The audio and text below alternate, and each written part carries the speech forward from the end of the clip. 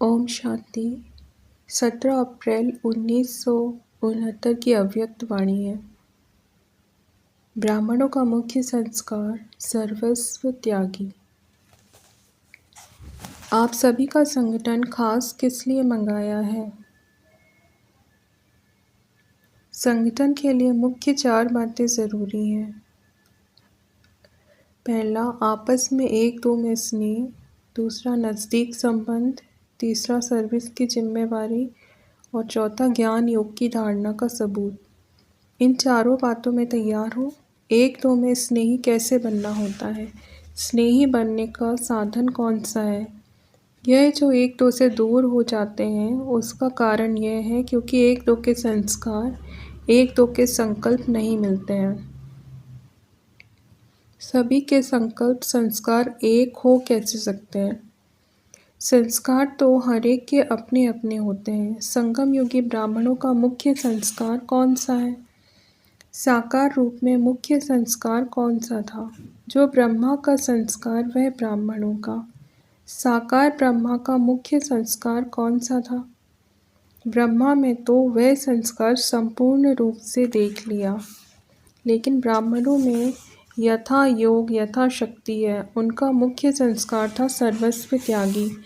निरअहंकारी का मतलब ही है सर्वस्व त्यागी। अपना सभी कुछ त्याग कर देते हैं। सर्वस्व त्यागी होने से सर्व गुण आ जाते हैं। दूसरों के अवगुणों को ना देखना, यह भी त्याग है। त्याग का अभ्यास होगा तो यह भी त्याग कर सकेंगे। सर्वस्व त्यागी अर्थात देह के भान का भी त्याग। तो ब्राह्मणों का मुख्य संस्कार है सर्वस्व त्यागी। इस त्याग से मुख्य गुण कौन से आते हैं? सरलता और सहनशीलता। जिसमें सरलता सहनशीलता होगी वह दूसरों को भी आकर्षण ज़रूर करेंगे और एक दो के स्नेही बन जाएंगे। अगर सरलता नहीं तो स्नेह भी नहीं हो सकता। एक दो में स्नेही बनना है तो उसका तरीका यह है, एक तो सर्वस्व त्यागी देह सहित। इस सर्वस्व त्यागी से सरलता सहनशीलता आप ही आएगी। सर्वस्व त्यागी की यह निशानी होगी, सरलता और सहनशीलता। साकार रूप में भी देखा ना, जितना ही नॉलेजफुल उतना ही सरल स्वभाव, जिसको कहते हैं बचपन के संस्कार। बुजुर्ग का बुजुर्ग, बचपन का बचपन। आप सभी की चलन ऐसी हो जो आपकी चलन से बाप और दादा का चित्र देखने में आए, बोलने से नहीं, चलन से चित्र देखने में आएगा। ऐसी चलन अभी है। आपकी चलन से बाप दादा का चित्र देखने में आता है? देखने में तो आता है, लेकिन कभी कभी जब उस स्थिति में रहकर सर्विस करते हो तब आपकी वाणी से सूरत से समझते हैं कि इन्हों को ज्ञान देने वाला बहुत ऊंचा है। कहते हैं ना, आपकी चलन से बाप दादा के चित्र देखते हैं, लेकिन कभी कभी आप भी कैमरा हो, आपके कैमरे में बाप दादा के चित्र छपे हुए हैं, वे कभी कभी दिखाते हो। क्यों? सदैव वही चित्र चलन से क्यों नहीं दिखाते हो? पुरुषार्थ है। यह पुरुषार्थ शब्द कहाँ तक चलना है? कितना समय अभी पुरुषार्थ करना है? क्या अंत तक ऐसे ही कहते रहेंगे कि हम पुरुषार्थी हैं, जैसे अब कह रहे हो? ऐसे ही अंत तक कहेंगे? पुरुषार्थ भी अब चेंज होना है। भले पुरुषार्थी तो अंत तक रहेंगे, लेकिन वह पुरुषार्थ ऐसा नहीं होगा जैसे अभी कहते हो। पुरुषार्थ का अर्थ ही है जो एक बार गलती हो वह फिर दूसरी बार ना हो, ऐसा पुरुषार्थ है। पुरुषार्थ का जो अर्थ है उसमें प्रैक्टिकल में आना है। एक ही भूल बार बार हो तो उसको पुरुषार्थ कैसे कहेंगे? पुरुषार्थ का लक्ष्य तो होना चाहिए, बाकी इस तरह का पुरुषार्थ शब्द भी निकल जाना चाहिए। एक दो के स्नेही कैसे बन सकेंगे? पत्र व्यवहार करना, संगठन करना, फिर इससे नहीं बनेंगे, सिर्फ इससे नहीं बनेंगे। यह तो स्थूल बात है, लेकिन एक दो के स्नेही तब बनेंगे जबकि संस्कार और संकल्पों को एक दो से मिलाएंगे। उसका तरीका भी बताया। सर्वस्व त्यागी की निशानी क्या होगी? सरलता सहनशीलता। यह बातें जब धारण करेंगे तब स्नेही बनेंगे। सरलता पाने के लिए सिर्फ एक बात ज़रूर वर्तमान समय ध्यान में रखनी है।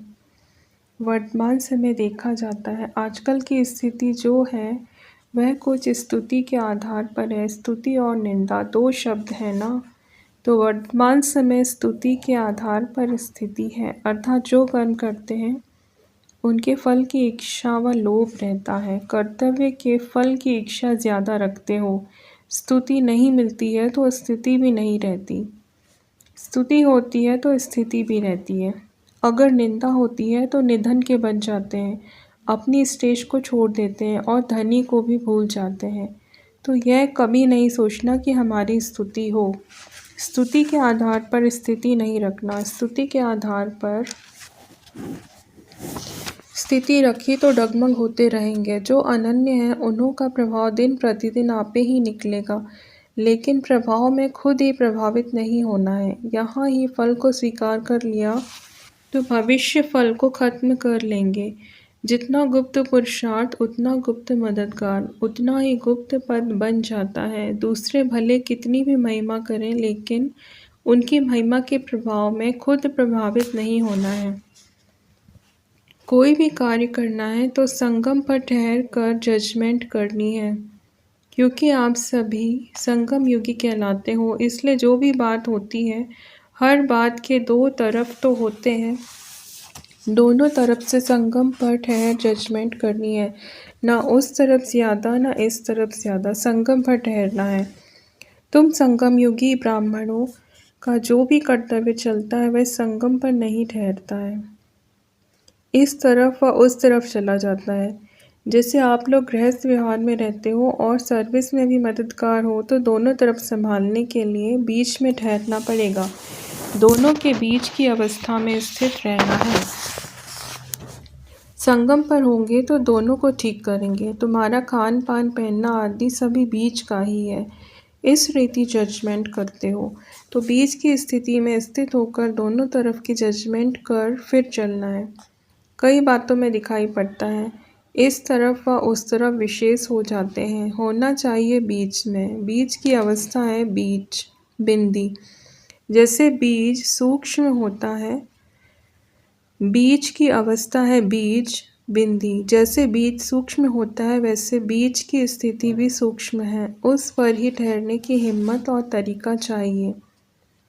यह भी लक्ष्य दिया हुआ है, कहाँ बालक हो चलना है, कहाँ मालिक हो चलना है। जहाँ मालिक हो चलना है वहाँ बालक नहीं बनना है, और जहाँ बालक बनना है वहाँ मालिक नहीं बनना चाहिए। यह भी बहुतों से मिसअंडरस्टैंडिंग, गलतफहमी हो जाती है। यह भी चेकिंग बहुत रखनी है। बालकपन भी पूरा तो मालिकपन भी पूरा रखना है। इसलिए कहा कि संगम पर ठहरना है। सिर्फ बालक भी नहीं बनना है और सिर्फ मालिक भी नहीं बनना है। दोनों गुण होने से सभी ठीक चला सकेंगे। बालकपन अर्थात निसंकल्प हो, जो भी आज्ञा मिले, डायरेक्शन मिले, उस पर चलना। मालिकपन अर्थात अपनी राय देना, किस स्थान पर मालिक बनना है वह स्थान और बात देखनी है।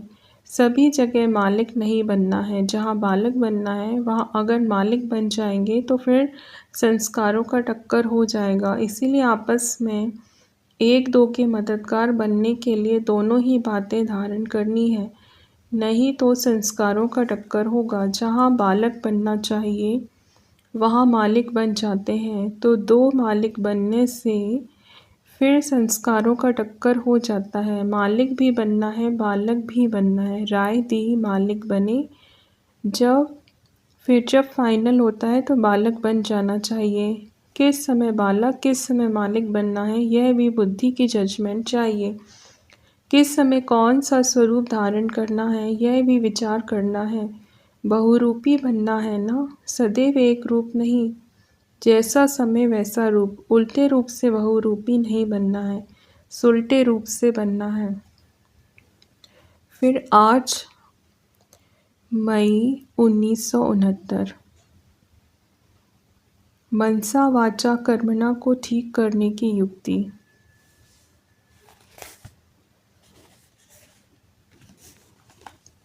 आज बाप खास एक विशेष कार्य के लिए आए हैं। यहाँ जो भी सभी बैठे हैं वह सभी अपने को निश्चय बुद्धि समझते हैं, नंबरवार हैं। भले नंबरवार हैं लेकिन निश्चय बुद्धि हैं। निश्चय बुद्धि का टाइटल दे सकते हैं। निश्चय में नंबर होते हैं, वह पुरुषार्थ में नंबर होते हैं। निश्चय में कब भी परसेंटेज नहीं होती,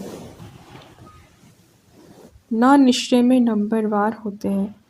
पुरुषार्थ की स्टेज में नंबर हो सकते हैं, निश्चय बुद्धि में नंबर नहीं होते। वह तो है निश्चय व संशय।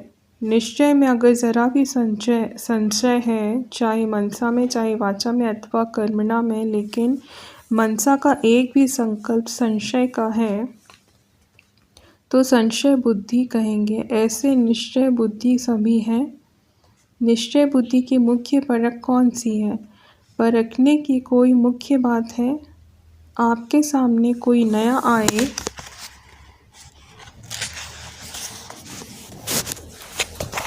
उनकी हिस्ट्री आदि आपने सुनी नहीं है, उनको कैसे परख सकेंगे? वाइब्रेशन आएगा, कौन सा वाइब्रेशन आएगा जिससे परख होगी? अभी यह प्रैक्टिस करनी है, क्योंकि वर्तमान समय बहुत प्रजा बढ़ती रहेगी, तो प्रजा और नज़दीक वाले को परखने के लिए बहुत प्रैक्टिस चाहिए परखने की। मुख्य बात यह है कि उनके नयनों से ऐसा महसूस होगा जैसे कोई निशाने तरफ किसका खास अटेंशन होता है, तो उसके नयन कैसे होते हैं? तीर लगाने वाले व निशाना लगाने वाले जो मिलिट्री के होते हैं वो पूरा निशाना रखते हैं। उनके नयन, उनकी वृत्ति उस तरफ, एक ही तरफ होगी। तो जो ऐसा निश्चय बुद्धि पक्का होगा, उनके चेहरे से ऐसे महसूस होगा जैसे कि कोई निशानेबाज है। आप लोगों को मुख्य शिक्षा मिलती है, एक निशाने को देखो अर्थात बिंदी को देखो। तो बिंदी को देखना भी निशाने को देखना है। तो निश्चय बुद्धि की निशानी क्या होगी? पूरा निशाना होगा। निशाना ज़रा भी हिल जाता है तो फिर हार हो जाती है। निश्चय बुद्धि के नयनों से ऐसे महसूस होगा जैसे देखते हुए भी कुछ और देखते हैं। उनके बोल भी वही निकलेंगे। यह है निश्चय बुद्धि की निशानी। निशानेबाज की स्थिति नशे वाली होती है, तो निश्चय बुद्धि की परख है निशाना और उनकी स्थिति नशे वाली होगी। यह प्रैक्टिस अभी करो, फिर जज करो हमारी परख ठीक है व नहीं। फिर प्रैक्टिस करते करते परख यथार्थ हो जाएगी। दृष्टि में सृष्टि कहा जाता है ना, तो आप उनकी दृष्टि से पूरी सृष्टि को जान सकते हो। मनसा वाचा कर्मणा तीनों को ठीक करने लिए सिर्फ 3 अक्षर याद रहे। वह 3 अक्षर कौन से हैं? यह 3 अक्षर रोज मुरली में भी आते हैं। मनसा के लिए है निराकारी, वाचा के लिए है निरहंकारी और कर्मणा के लिए है निर्विकारी। देवताओं का सबूत वाचा और कर्मणा का यही है ना, तो निराकारी, निरहंकारी और निर्विकारी, यह 3 बातें अगर याद रखो तो मनसा वाचा कर्मणा तीनों ही बहुत अच्छे होंगे। जितना निराकारी स्थिति में रहेंगे उतना ही निरहंकारी और निर्विकारी भी रहेंगे। विकार की कोई बदबू नहीं होगी। यह है मुख्य पुरुषार्थ। यह 3 बातें याद रखने से क्या बन जाएंगे? त्रिकालदर्शी भी बन जाएंगे और भविष्य में फिर विश्व के मालिक अभी बनेंगे।